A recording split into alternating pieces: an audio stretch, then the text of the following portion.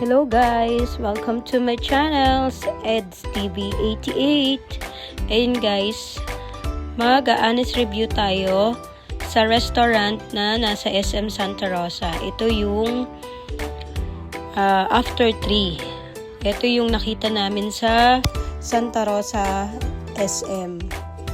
Actually, curious ako dun sa egg tart nila kasi lagi ko napapanood sa Hong Kong vlog yung egg tart na kaparehas ng meron sila. So, ayan. So, hindi lang egg tart meron sila. Meron din sila iba't ibang klase ng cake, iba't ibang klase ng mga pastry nila.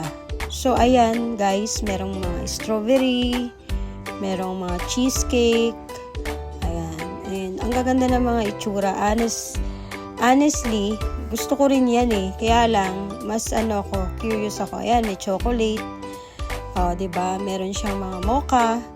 And also, meron din sila mga drinks dito. Yung drinks nila, yung kanilang mga coffee, yung mga latte nila. So, nag-order ako ng egg tarts. Actually, yung egg tart na yan ay 500 plus, yung 4 na piraso. So, ayun, natapos ko na mag-order. Waiting ako. Ito na nga yung aming nabili na egg tart. So, 4 plus yung 2 coffee na binili ko. Ayan, guys. So, kung titignan nyo, guys, binubuksan ko siya. Maganda yung box niya, in fairness. Yung box niya is sealed with After 3 na merong label. Yung kanyang scotch tape. So, ayan. Nakita mo naman yan. And also, may nakita ako dyan na parang maliit na plastic na nakalagay doon sa mismong box niya. Ang ganda ng box. Pag open mo ng ganyan, charan! It's so hard.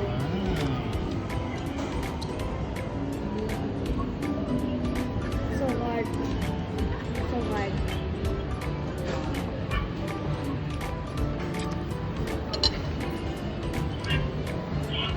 Okay na? Okay na?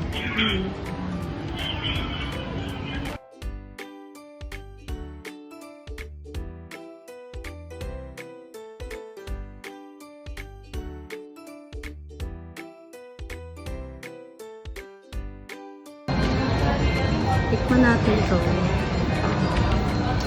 Ito yata yung parang siya. Alam ko na. Meron siyang parang ito pala, gloves. May gloves pa siya.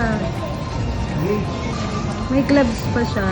Tapos, yan natin siya.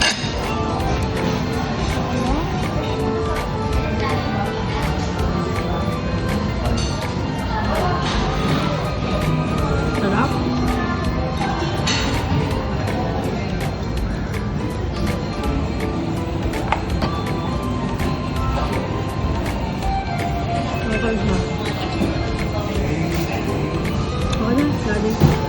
Honest review, masarap yung egg tart niya.